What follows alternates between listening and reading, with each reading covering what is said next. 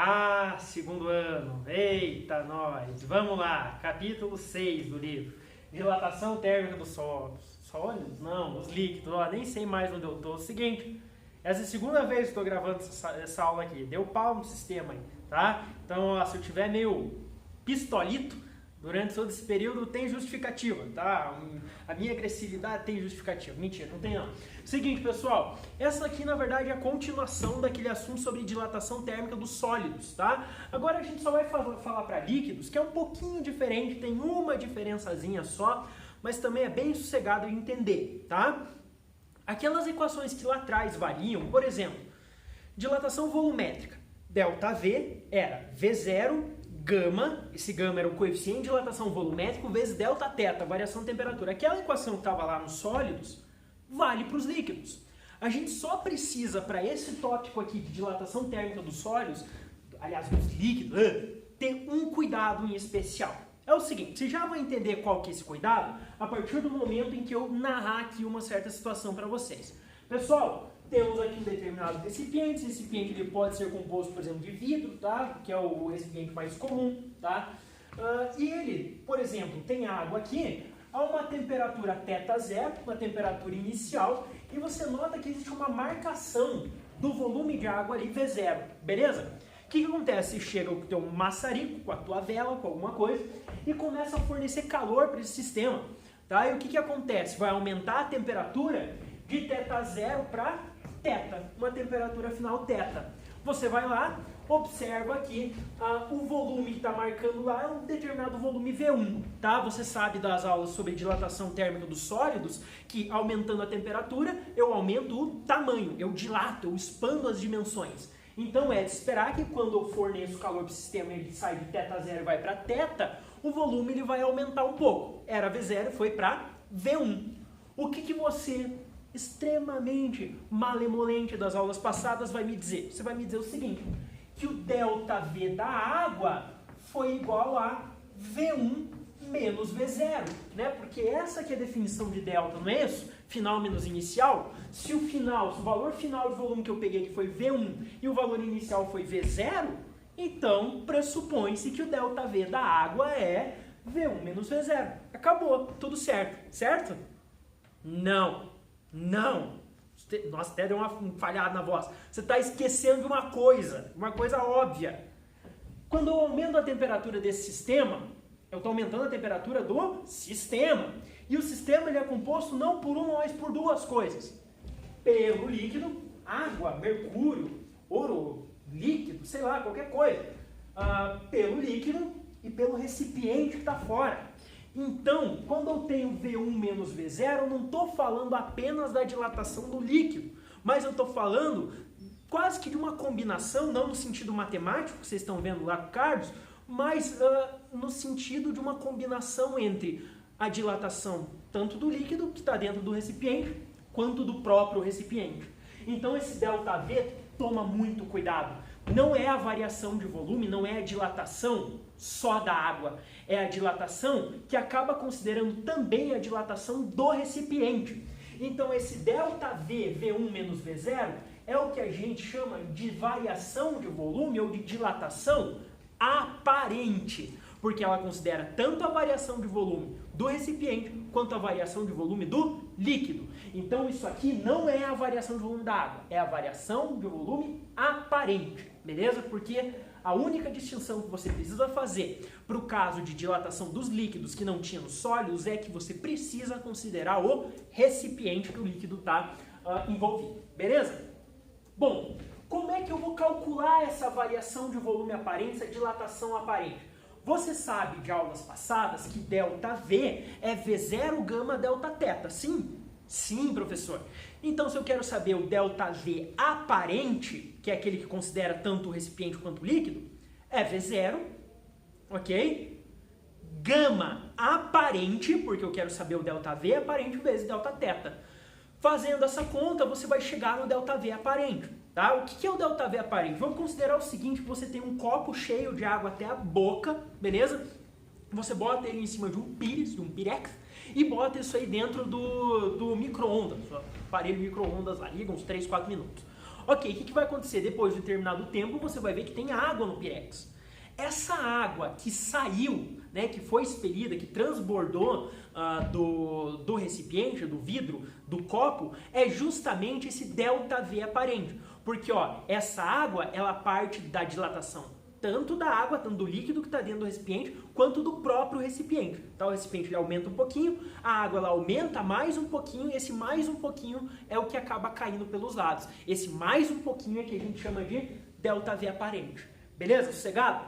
Tá, mas como é que eu sei calcular quanto é que vale o gama aparente?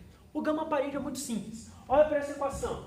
O gama aparente, que é o coeficiente de dilatação volumétrico aparente desse sistema, vai ser o coeficiente de dilatação volumétrico só do líquido, tá? Então, por exemplo, se tiver água lá, o coeficiente de dilatação da água, menos o coeficiente de dilatação do recipiente, tá? Então, você vai pegar do líquido, coeficiente de dilatação, vai diminuir o coeficiente de dilatação do recipiente, isso aí você vai ter como resultado o coeficiente de dilatação aparente desse sistema, tá? A gente vai fazer isso nos exercícios, a gente vai fazer um exercício muito interessante, que a gente vai fazer o seguinte, vamos calcular o coeficiente de dilatação aparente de acho que um copo cheio de mercúrio até a boca também, e a gente quer saber quanto que transbordou. A gente vai calcular o gama aparente, depois a gente vai pegar esse valor do gama aparente e vamos jogar lá naquela equação, ΔV igual a V0, gama aparente vezes Δθ. A gente vai ter a dilatação aparente também, que é quanto acaba transbordando.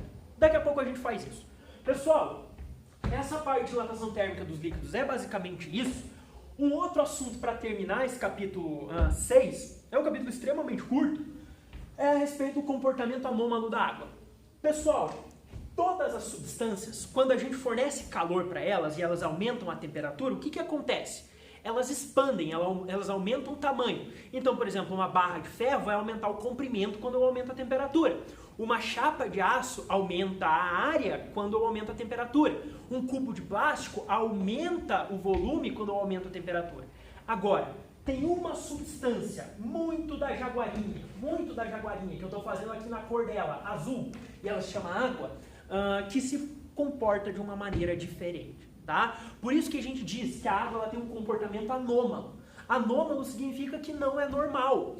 Todas as substâncias, quando eu aumento a temperatura, aumentam o comprimento, a área e o volume, aumentam as suas dimensões.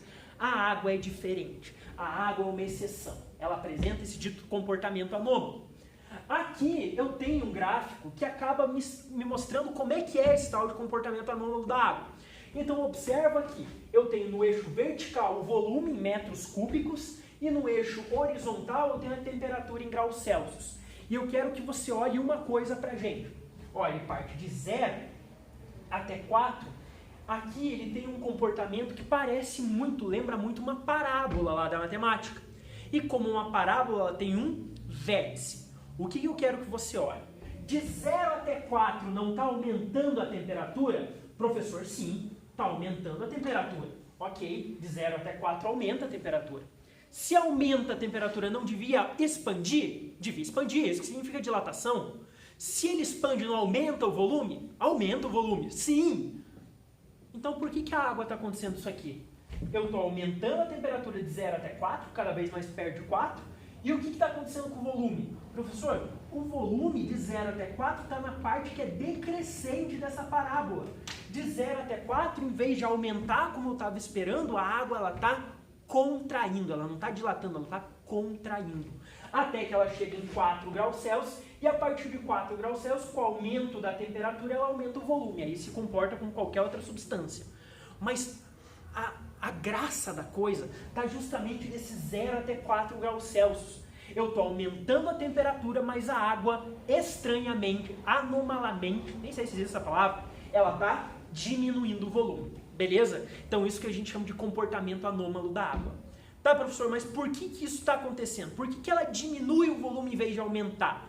É porque é o seguinte, algumas ligações que eram características da fase sólida da água ainda continuam durante algum tempo na parte líquida. Então, ó, você derreteu todo o gelo, ela foi para a fase líquida, mas algumas ligações que são da fase sólida ainda continuaram. Ligações entre moléculas mesmo. tá? E isso demora um pouco para ser desfeito. São essas ligações em que fazem com que a água, em vez de começar a se expandir logo no 0 graus Celsius, contrai até 4 graus Celsius. Na verdade é 3,900 e alguns quebrados, tá? Mas o que eu quero que você perceba? Que é justamente essa justificativa, que é colocada em um parágrafo apenas no seu livro, que você vai ler daqui a pouco, que tá o porquê desse comportamento anômalo da água. Porque em 0 até 4 ele contrai em vez de se expandir, tá? Pessoal, eu coloquei aqui um asterisco justamente no 4 graus Celsius, porque ele é um ponto importante, ele é uma temperatura importante. O asterisco está aqui, a explicação dele está aqui do ladinho. Então, ó, 4 graus Celsius. O que acontece no 4 graus Celsius? No 4 graus Celsius não é justamente o vértice dessa parábola? Professor, é o vértice dessa parábola. Se é o vértice dessa parábola, para uma parábola que tem concavidade voltada para cima, é o ponto mínimo. Observe que é justamente nesse ponto, nesse vértice, que eu tenho o volume mínimo. Então, nos 4 graus Celsius, eu tenho o menor volume possível de água líquida. Agora é o seguinte, lá atrás, no primeiro ano, eu tenho certeza que você sabe esse conteúdo, você viu comigo, eu tenho certeza que eu dei esse conteúdo, que densidade era massa sobre volume. Lembra dessa definição? Você vê essa definição em todas as matérias da escola. Física, química, matemática, geografia, sociologia, por aí vai. Se nos 4 graus Celsius eu tenho menor volume, é inversamente proporcional, né? A densidade é a máxima. Então, ó, em 4 graus Celsius eu tenho menor volume, mas a maior densidade possível. E você sabe da tua experiência cotidiana, inclusive com hidrostática, que quanto mais densidade eu tenho, mais ele cai por ação da gravidade, tá? Então, a água, a temperatura mais próxima de 4 graus Celsius, cai por ação da gravidade. Por quê? Porque tem o menor volume possível e a maior densidade. Isso explica algumas coisas do nosso dia a dia. Por exemplo, aqui eu fiz um esqueminha rápido para vocês, tá? E eu vou falar rápido isso aqui também. Eu fiz uma bela explicação no primeiro vídeo, mas agora eu também não tô querendo mais, tá? Vamos ser sintéticos. Esse é o famoso vídeo perdido de Gabriel Garcia, o vídeo aula perdido de Gabriel Garcia, tá? Um dia vocês acham, na Deep Web. Mentira. Pessoal, o que a gente tem aqui? A gente tem um lago, por exemplo, num dia bem frio, ó, repara que a superfície aqui pra cima, né, tá às menos 10 graus Celsius, então é um dia de inverno bem gostoso. E abaixo dessa camada de gelo, na superfície desse lago, eu tenho água líquida. Só que é o seguinte, pessoal, observa que eu tenho algumas camadas bem separadas. A água líquida a 0 graus Celsius fica na parte de cima. Por quê? Porque a água a 4 graus Celsius desce para baixo, porque ela tem a densidade maior, justamente por conta dessa explicação que vem do comportamento anômalo da água. A 4 graus Celsius ela vai ter o menor volume e a maior densidade. Se tem maior densidade, essa água a 4 graus Celsius ela cai. Então a água mais quente é complicada. 4 graus Celsius chamar de quente é pedreira. Mas é o seguinte, mais quente com relação a 0. Então 4 graus Celsius é mais quente que 0 graus Celsius. Então, ó, essa água que está a maior temperatura, ela cai. Tá? Ela vai ficar lá embaixo, mais nas profundezas, mais no subterrâneo. Subterrâneo não, mais submerso. Enquanto que o 0 graus Celsius ele fica mais perto da altura do gelo ali na superfície desse lago. Tá? Então, observa que isso é meio que um contrassenso com aquela aula de propagação de calor que a gente teve. Por quê?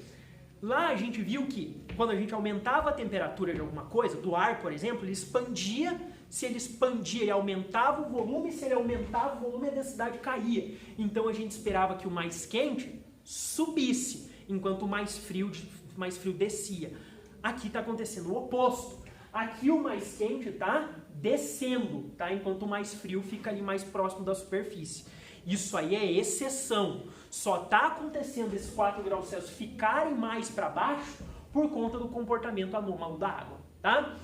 Vocês percebem que eu fiz aqui nos 4 graus Celsius a presença de um peixinho feliz, maravilhosamente feliz da participação dele na aula de hoje. Pessoal, isso aqui tem a ver com a importância da dilatação anômala, né, do comportamento anômalo da água, que de 0 a 4 graus Celsius ela acaba contraindo. O planeta Terra já viveu, né, durante toda a sua história, durante toda a sua linha do tempo, períodos glaciais. E esses períodos glaciais fizeram com que quase toda a parte de seres vivos ficassem submersos, né, peixes, lulas moluscos e tal. O que acontece? Esses animais eles acabavam se concentrando na região mais baixa dos lagos e dos oceanos. Por quê? Porque é justamente na região mais baixa onde a temperatura é maior, que eles poderiam se adaptar melhor, tá? Mais próximo de 4 graus Celsius. Essa parte aí do comportamento anômalo da água talvez contribua pra gente estar aqui hoje, de quarentena, estudando em casa, cheio de saudade dos amigos e dos professores, né? O que acontece?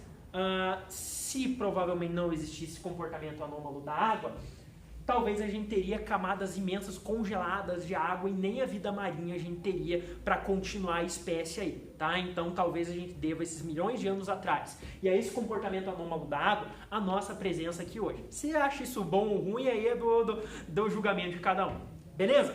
Pessoal, então essa é a parte de teoria de dilatação térmica dos líquidos e do comportamento anômalo da água. A gente vai fazer um exercício que está lá na página 225, o exercício de número 3 da AFA de São Paulo, tá? Então vamos lá. Exercício 3, página 225.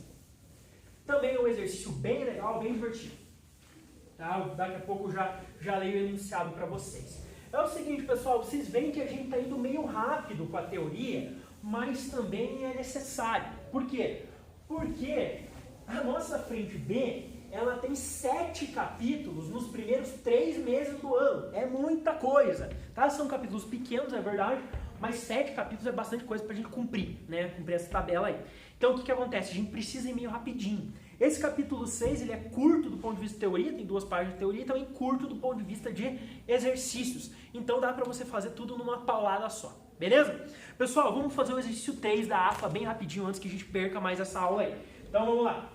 Exercício de número 3 da página 225. Pega lá, eu vou lendo o enunciado e já pescando as informações aqui. Um recipiente de vidro de 200 ml de volume está completamente cheio de mercúrio. Então até a boca a gente vai ter um volume inicial de 200 ml, ok? O que a gente tem lá é que ambos se encontram a 30 graus Celsius. Então a temperatura inicial, tanto do recipiente quanto do mercúrio líquido que está lá, é 30 graus Celsius, ok?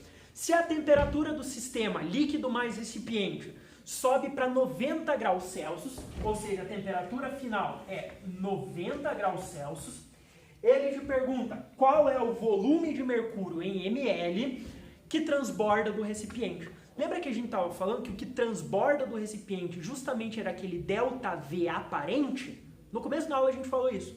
Então a gente está atrás do ΔV aparente. É o ΔV aparente que acaba transbordando do recipiente. Além disso, ele está como dados o gama do Hg, do mercúrio, 1,8 vezes 10 a menos 4 graus Celsius a menos 1, e o coeficiente de dilatação do vidro, é 3 vezes 10 a menos 5 graus Celsius a menos 1. O que você pode perceber é que o gama do líquido é maior que o gama do recipiente. Isso significa que o recipiente ele vai crescer um pouquinho, mas o líquido ele vai crescer um pouquinho a mais. É esse pouquinho a mais que acaba transbordando. Beleza? Bom, o que a gente vai fazer? O ΔV aparente, a gente calcula como a gente calculava nas aulas passadas. Então era V0, gama, só que gama aparente, vezes delta teta. A gente já tem algumas dessas informações. O V0 a gente conhece, 200 ml. O delta teta a gente conhece. Observe aqui, 30 menos 90, esse delta teta dá 60 graus Celsius. Só falta pra gente o gama aparente.